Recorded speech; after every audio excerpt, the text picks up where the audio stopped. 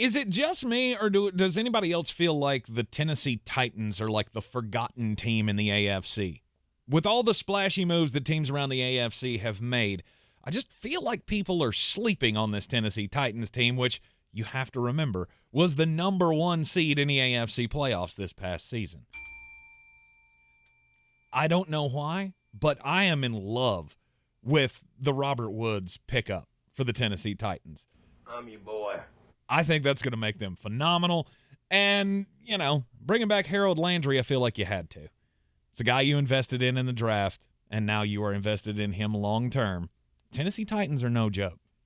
Good. Let the hate flow through you. I actually really like this team.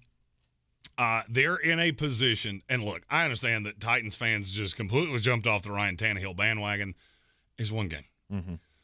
All right, it's one game, and you came up against a juggernaut in the Cincinnati Bengals that had God, karma, all the other things on their side. I'm sorry, calling them a juggernaut still just feels weird. That offense is we know ridiculous. We know what it is. You're going to, I hope, get Caleb Farley back next year. Played 65 snaps, I think, last year. Mm-hmm. So that's a help. I still like Christian Fulton. I think I like a lot of what they've done. It just hasn't been as flashy. They didn't add a Von Miller or an Amari Cooper or a Deshaun Watson or what all these other teams in the AFC have.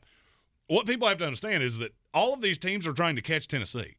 They were the one. Mm-hmm. I get that you were beating the playoffs and you didn't go to the Super Bowl. You were still the one. And you still play in a dog shit division where 2 of these teams are 4 guaranteed wins a year. Yep. Nobody else has that in the AFC. You do.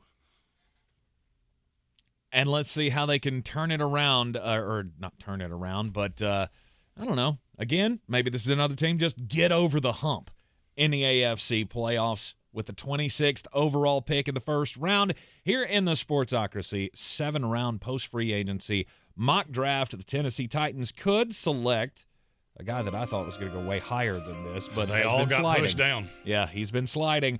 Trevor Penning, the big mountain of a man from Northern Iowa, offensive tackle. He embarrassed people at Northern Iowa. Well, I mean, obviously, Northern Iowa, you got to understand the level of competition. He was just eviscerating people. Right. At 6'7", 325. Freak of nature. Squat 625. He owns the Northern Iowa record for the squat. At 6'7". Right. Do you understand how stupid that is? I'm 6'5", and I can tell you, here's the thing about squatters. The shorter you are, the more advantageous it is. This mountain of a human set the record. He's strong as hell. He's a freak of nature. Now, that's all the positives. And there are a ton. Ran a 4.9 at 6'7", 325. A lot of positive. Here's the negative. And this is not for Tennessee. This is for Trevor Penning by himself. If a team takes him with the intention of starting him at left tackle, I think there are going to be growing pains. I need you to look at how many growing pains Penei Sewell had last year with the Detroit Lions because he had taken a year off and he was coming out of a gimmicky-ass offense. I think that's the path here. The path here is you take Trevor Penning with the intention of starting him on the right side. And 2 or 3 years from now, when Taylor Lewan has moved on to greener pastures, there's your left tackle. This is now we have 2, and if something happens to Lewan, he can play out there. That's fine, and we'll deal with the right tackle. We've still got Dylan Redunz, who I think you can still move to the inside if you need to. Now you have one of the great tackle rooms in the league. And this is just one of those that, hey, we're very good. We don't have a lot of needs. This is how the draft fell. This is the player that falls right in your lap. In the 3rd round, no pick in the 2nd round for the Tennessee Titans. 3rd round, 90th overall, Khalil Shakir, wide receiver from Boise State. Well, with A.J. Brown and Robert Woods on the outside, what you need? Mm-hmm. You need that little fella in the slot. And that's exactly what Khalil Shakir is. At the Senior Bowl, he was embarrassing people. I mean, some of the drills that I've watched this kid run are embarrassingly bad for corners because he does the shuffle step better than about any player that I've evaluated in the last 5 years. And if you don't know what that is, that's basically where you just shuffle your feet exactly as it sounds because you're trying to keep the corner off balance, and then you make a break, and you know where you're going, and they don't. He is going to eviscerate slot corners in this league because of that, because he is so damn good at it. incredibly shifty, 4.43 speed. He's taller than you think. When you see him on film, he looks like he's 5'9". He's actually 6 foot. And I think he can be a great receiver in this league. And something he has that most slot-specific receivers don't. He's actually a really good deep threat. That's undervalued with him. A lot of people talk about the shiftiness and the quick twitch. They don't talk about the fact he can just burn your ass deep, too. Mm-hmm. And having him on the opposite side of A.J. Brown with Robert Woods, who's just a route tactician, big physical receiver, home run. Home run for the Tennessee Titans if they start pinning and Shakir with their first 2 picks. In the 4th round, 2 picks for the Tennessee Titans. First at 131, Jeremy Ruckert, tight end out of Ohio State. So it's not. I'm not gonna say it's a long-term play. This is a bit of a projection play. I trust Austin Hooper about as much as I trust Tijuana Tapwater. So I've just always thought Austin Hooper was one of those players that it's like Pittsburgh Steelers fans talking about Super Bowls or the old changing a light bulb joke. Yep. How many Steelers fans that take to change a light bulb? 1, it's 5. 1 to do it, and 4 to talk about how great the old light bulb was. That's where I'm at with Austin Hooper. You were on a team that had good weapons with Beckham and Landry, and now granted you had Baker Mayfield. I get that. I think he will be fine for a year or 2. I think it will be very short order before you realize for what it is that we're trying to do, he's a middling blocker, and we need a dude. Now, conversely, I think Jeremy Ruckert's probably a year away from being the dude that you want him to, because he's a better receiver right now than he is blocker, but he translates at 6'5", 250 to he could be a very good all-around tight end. Mm-hmm. And look, we have a little nickname for me on this show because I've been real motherfucking good at tight ends. And the more I've watched Jeremy Ruckert, the more I start doing this thing where I can't get away from teams and players. And Jeremy Ruckert with the Tennessee Titans is one that I have not been able to get away from. And I think he adds value as a receiver immediately with the idea that you're going to round him into being that full-on 3-down tight end within a year or 2. 143rd overall, a compensatory pick in the 4th round for the Titans, Josh Jobe, cornerback from Alabama.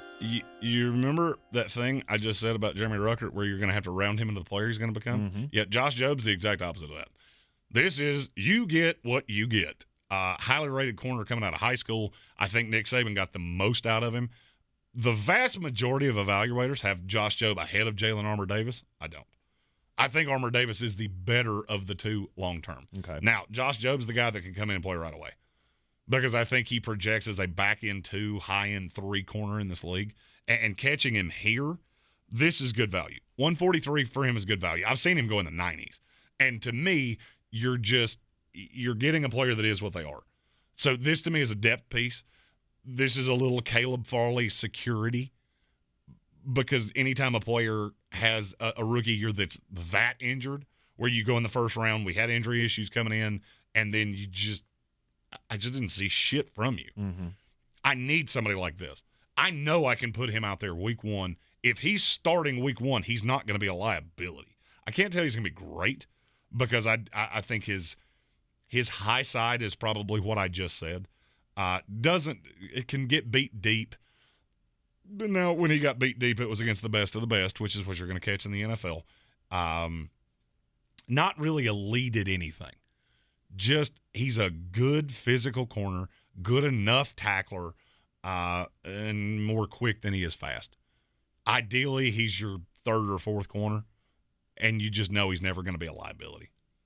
In the 5th round, 169th overall, you've got him taking Christopher Allen, edge rusher from Bama. This is one of the first players I have ever said in my life that I don't think Nick Saban got everything out of him because I think he's drastically better than what I saw at Alabama. And there's one very specific reason for that. I think he's a 3-4 outside linebacker. I think that's where he projects. He's 6'4", 240, quicker than he is fast. He's not straight line fast, ran a 4.7. Good pass rusher. He's much better in coverage. This is a kid that I fully believe if you take the time and you put the effort in with him, I think he can be I'm not going to say he can never be elite. I think he can be a very good edge in this league on the opposite side of Bud Dupree and Harold Landry and just a situational player because he's good enough in coverage. He was actually really good in coverage at times at Alabama. He's got a linebacker build, though. You may have to bulk him up. You may have to strengthen him up. He's so raw. Played less than 800 snaps at Alabama. So this is – most Alabama players, I say you get what you get because Nick just squeezes that – he wrings that washcloth and gets every wet bit of talent out of every player that comes out of this program. I don't think he did with Christopher Allen. I really don't. Value rounds here for the NFL draft. 6th round, 2 picks for the Tennessee Titans. Speaking of values, we're always brought to you by Ingles Supermarkets. Low prices. Love the savings. 205th overall. Running back out of BYU, Tyler Algier. He's built exactly like Austin Eckler. The only problem is that he can't do – he's a good enough receiver, but I think in the right situation you could get that out of him. The height, weight, speed are never going to be impressive. This would be the Deontay Foreman role. Okay. You know, with him going to Carolina, now you need somebody to spell Derrick Henry, take some of those touches away. He can run between the tackles right now. Does he come in and play ahead of Dontrell Hilliard, who they retained? I think so. If not, he would in very short order because he's better than Dontrell Hilliard. The thing is, can you ever unlock that Austin Eckler potential in him? Because I've seen it, just not much. And can he be a receiver out of the backfield? Can he do all of those little quirky offensive weapon type things? I'm going to coin that phrase. I'm going to trademark that shit. As I've had a few players in this draft that I don't really know what position they play, so they're offensive weapon. Algier, I know exactly what he is. He's a running back for now, and I think you can round him into more than that. Running slow at the combine damn near killed him because as short as he is, a 4.6 was almost a death sentence.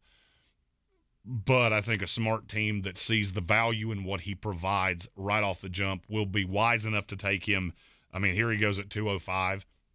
That might even be a little high, but I'm okay with it. I think he fits in this Tennessee offense quite nicely. Compensatory pick in the 6th round, the final of the draft for the Tennessee Titans, 220th overall, Jeremiah Moon, linebacker from Florida. He's way more athlete right now than he is football player.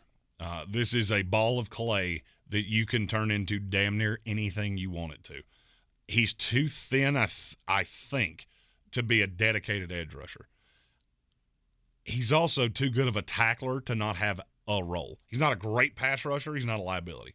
He's not great against the run. He's not a liability. This is a raw ball of clay. He's built almost exactly like Harold Landry. And one of my thoughts is that I think he will have a role. I think it's going to be a Derek Barnett type role where you're better against the run than you are anything else if they can bulk him up. Right now he has strength issues. He's too slow to play the way he plays. And that's why he's a 7th-round pick because there were flashes of really good. There were also flashes of you're too damn small. And if he was 2 inches taller, a little stronger, he would probably be a beginning of the 3rd-day pick. But he's not. So you're going to have to you project him. I watched a lot of the drills with him. And the more I watched it, the more I went, he's more fluid than I thought he would be. Which makes me think he might be able to stand up, but it's going to take some time. And I think you're going to have to add bulk no matter what he does. All right, your 7th-round post-free agency mock draft from the Sportsocracy for the Tennessee Titans. Kicking it off with a bang on the offensive line with Trevor Penning. Getting Khalil Shakir, the speedster out of Boise State. Could be a very good draft. And again, another team at the top of the AFC looking to get over the hump. This would be a home run draft to me. If you like these picks, if you don't like these picks, if you think I'm a big ginger-bearded, mulleted, man-bun dipshit, feel free to comment those out in the comments. If you've got a mock draft, chuck that in the comments as well. I go through every day and grade those. This will be the second of 4 mock drafts. We'll have another one coming out next week that's the A+ for every team. Tennessee's is going to look very similar to the one I just put out. Can't tell you it's going to be exactly the same players, but it's going to look pretty similar to this. Where I take the players on my board, no reaches, no worry about what other teams do, just your team. This is the best that the draft could go for you. Ahead of the April 28th, 2022 NFL Draft live from Las Vegas, Nevada. If you haven't already, hit the subscribe button to get all of our team-by-team content throughout the Draftmas season. Join us live every weekday right here on YouTube at 3 o'clock. for our ESPN Asheville show. We're always coming to you live from the Ingalls studio. I'm Tank Spencer. He's Jeremy Greene, and we'll see you next time.